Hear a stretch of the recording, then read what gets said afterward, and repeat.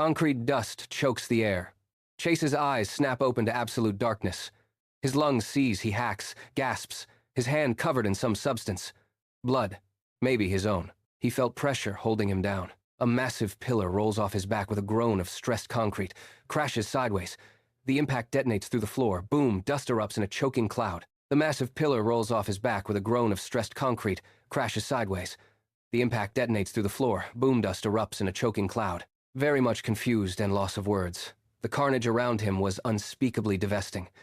He stood looking around, unable to grasp the pillar that once sat on his back. Small flashbacks, but in pieces. Chase dropped to his knees. He twisted right, following something on the ground. Blood. A trail leading to a body sprawled a few feet away. He didn't move. A girl lies 3 feet away, her torso pinned beneath a slab of ceiling, covered in dust and debris. Moonlight catches her open eyes, glassy, vacant. Chase stares down in disbelief. Checking her pulse, it all hits him at once. The copper and rot. Sweet and wrong. What the hell? His voice cracks. What happened here? He staggers upright, boots crunching glass. The lobby sprawls around him like a war crime. Walls blown open, rebar jutting through concrete like broken ribs. Moonlight poured through a massive hole in the ceiling, casting everything in shadows. The crater wasn't from an earthquake. This was deliberate, multiple explosions, multiple impacts. The place had been torn open. Chase stumbled toward the hole wide enough for a truck. He stepped into the street and froze. The devastation stretched endlessly in both directions. Outside was much worse. Everything was gone. Continuing to walk down the street, Chase spots a wrecked vehicle on the left. The sedan sat wrapped around a lamppost, windshield painted red from the inside out. Only the moon survives, indifferent and bright. Chase's heart hammers. His hands shake. What the fuck happened while I was under that pillar? Why am I still alive? Why was I even under the pillar? His boot catches something. He pitches forward, catches himself, looks down. A chess piece, white marble, a king. Pristine despite the carnage, catching moonlight like a star fallen to earth. The chess piece sat in the road. He picks it up, turns it in his fingers. Smooth, cold, expensive, another brief flashback. A metallic rattle shatters the silence. Chase's head snaps left at the man searching through trash. A man crouched by a dumpster yards away, fingers skeletal as he lifted the lid. Chase's chest tightened. Another person, alive. He didn't care who or what condition in this wasteland. Breathing was enough. He pulls out a bottle wrapped in brown paper, takes a long pull, almost as if he is oblivious or indifferent to the apocalypse around him. Then voices. Behind him. Chase turns. 3 silhouettes emerge from the fog, moving with the lazy confidence of predators who own the territory. Baseball bats rest on shoulders. You lost, homie? Speaking condescendingly. One figure approaches from Chase's blind side, revealing a pistol tucked inside his holster. Chase's brain shifts into a gear he doesn't recognize. Threat assessment. For multiple options to eliminate. Guy on the right seems to be the leader. Swagger in his step, chin up, holding the pistol. The guy behind him must be the muscle. He had a thick neck, knuckles scarred, talked too much. Third goon, smaller, younger, gripping his bat like it might bite him. Yo. The muscle voice cuts through the dark. This is Reaper territory. We own this sector. Who are you? Chase says nothing. The goon steps closer, yellow-stained teeth glinting. Are you stupid or something? His body coils without conscious thought, weight shifting to the balls of his feet. You really want to play dumb? He snaps his fingers inches from Chase's face, snap, snap. My friends can punch your heart out of your chest with one swing. He circles, boots scraping asphalt. Holy shit, maybe he is stupid. You must be dumb. The others laugh hollow, performative. Everyone checks in. The leader's hand drops onto Chase's shoulder, fingers digging in. What you got? Chase moves quick in a flash, twisting before trapping his wrist. Rotates it against the joint crack and drives a palm strike into his solar plexus. The air explodes from the man's lungs in a wet gasp. Chase pivots, uses the momentum to hurl him backward into the gunman. Both men crash down in a tangle of limbs.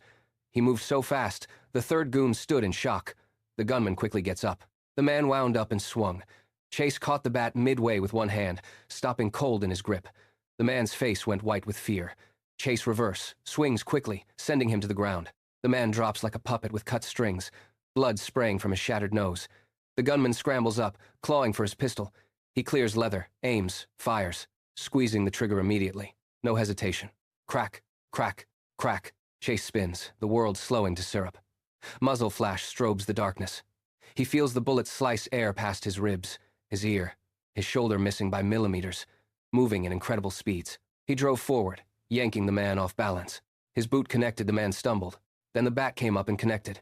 Bone and cartilage crunched. Blood sprayed across his face. Chase released the bat. It helicopters through space, before smashing into the muscle-man's forehead with a wet thunk. His eyes roll back before he collapses. Then silence. Just Chase and the young kid, with his heavy breathing. Chase steady, controlled. The kid stood there shaking so hard, the bat rattles in his grip. His eyes are wide, wet, terrified. Get the fuck out of here, kid. Chase's voice is flat and cold. Now. Chase's voice is flat and cold. The kid doesn't move. Behind him, the leader gasps. You pussy! Do something! Clawing across the pavement. His fingers find the pistol. Don't be stupid, kid. He raises it, arm trembling, and squeezes the trigger. Chase is already gone, sprinting into the fog, swallowed by darkness. The homeless man watches from his dumpster, bottle frozen halfway to his lips. The goons drag themselves upright, groaning. The gunman, conscious again, blood sheeting down his face, staggers toward the kid. He rips the pistol from the muscle's hand, aims it at the young goon's forehead. You fucking stood there. He pulls the trigger. Click. Empty. The kid's knees buckle. A dark stain spreads across his jeans. The gunman laughs, bitter and sharp. You're lucky. He lowers the gun, winces, placing a hand on the kid's shoulder. I'd beat your head in, but I hurt too goddamn much right now. Spitting up blood. Who the fuck was that guy? Chase crouches behind a dumpster in a back alley, spine pressed against cold brick. Overhead, the whup-whup-whup of rotor blades. A military chopper cuts through the sky, spotlight sweeping the ruins below a white column of judgment searching for survivors. Or targets. Chase holds his breath until it passes. Who am I? He pats his pockets, frantic now, desperate. His fingers find leather. He yanks out a wallet, flips it open. Driver's license. His face stares back, unsmiling. Chase Vega. An address beneath the name. Relief floods him, then drains just as fast. No map, no phone, no power in the city. He didn't know why the pillar fell, why his body moved without permission. Lethal and efficient. A weapon he'd never trained. Is anyone searching? Does his family think he's dead? But he has something. A direction. A location. A thread to pull. Having no idea where he's going. Looking up, recognizing the name from his ID on the street sign. Sighing with relief. Must be my lucky day. Chase pockets the wallet, steps out of the alley and starts walking toward the address burned into the plastic card. Toward home, whatever that means. Chase slips through the neighborhood as dawn bleeds into the eastern sky. The air bites at his exposed skin, cold, sharp, tasting of dew and exhaust. Following the numbers as best as he could, some buildings were destroyed. His boots find quiet patches of grass between concrete, avoiding the crunch of gravel. Security patrols sweep their flashlights in lazy arcs 2 blocks over. Locating his building, he freezes behind a hedge, pulse hammering in his temples, until the beams swing away. His building looms ahead. Dark windows stare down like dead eyes.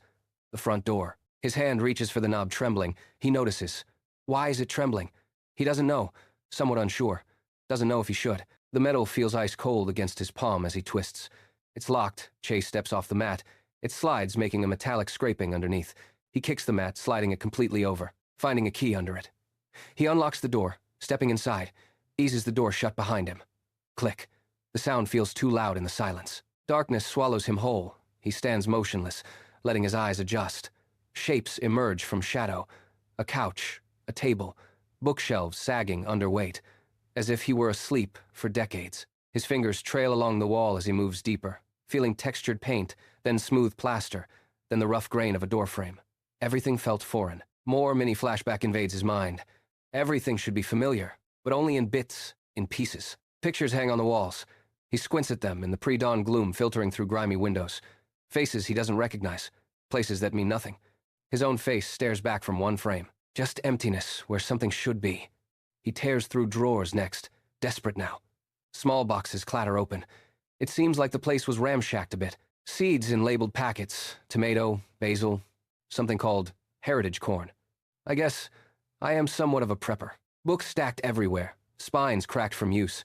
Survival guides, medical texts, water purification, and survivor books. A manual on radio frequencies, pages dog-eared and annotated in handwriting he assumes is his own but doesn't recognize. Then weapons. Chase pauses, spotting a safe below. He doesn't know the combination. Punching in his address without thinking, his fingers spinning the dial automatically. 4723. The locks release. A handgun in a lockbox under the sink. The gun sits heavy in his palm, oil slick and cold. He sets it down quickly, unsettled by the muscle memory his mind can't access. The apartment has no electricity. The faucet leaks underneath. Whatever this place is, whoever he is, he's been living off-grid. This place was a decoy or safe house. Exhaustion crashes over him like a wave. Tired of trying to figure it out. His body feels great. but his head throbbing from overthinking. Awoken under debris hours ago. The couch calls to him. He collapses onto it, springs groaning under his weight. Every muscle locks. His breath stops.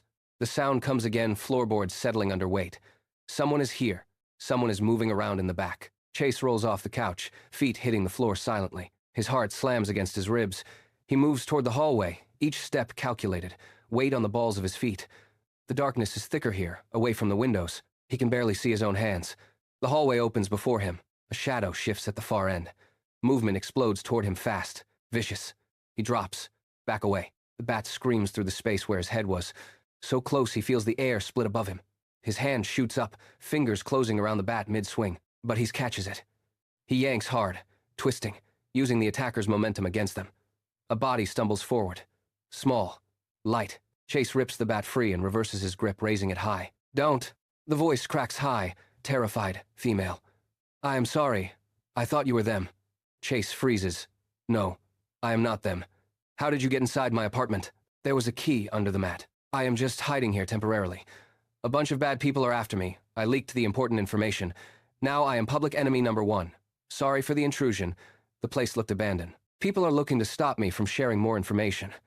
Chase lowers the bat slowly. "Who are these people after you?" "Elites, political figures. You know, powerful people with a lot to lose." She straightens, breathing calms. He can see her better now, mid-20s. Wild hair, eyes wide and glinting. Looks like she's been running for days. "I witnessed some heavy shit recently." Her voice is steadier now, clipped and efficient. "I uploaded it 2 days ago. Media turned me into a spy. Whatever they're saying, it's a lie. Government contractors are hunting me for the rest of the information. That's one of the main reasons they shut down communications throughout the city, using bombs exploding at certain key points." Chase walked back into the living room. "Well, good luck with your journey. I'm going to sleep. I woke up under a cement pillar today, and I have memory loss. I don't know what's going on." "Wait," she stops him. "You don't know about the gifted and what's going on?" "No, and I don't care at this point. Stay as long as you want, but I am going to sleep. My head's all over the place. Lock the door before you leave, and please don't kill me in my sleep." "What's your name?" she asked, standing in the hall. Chase Vega. Good night, and good luck with your mission."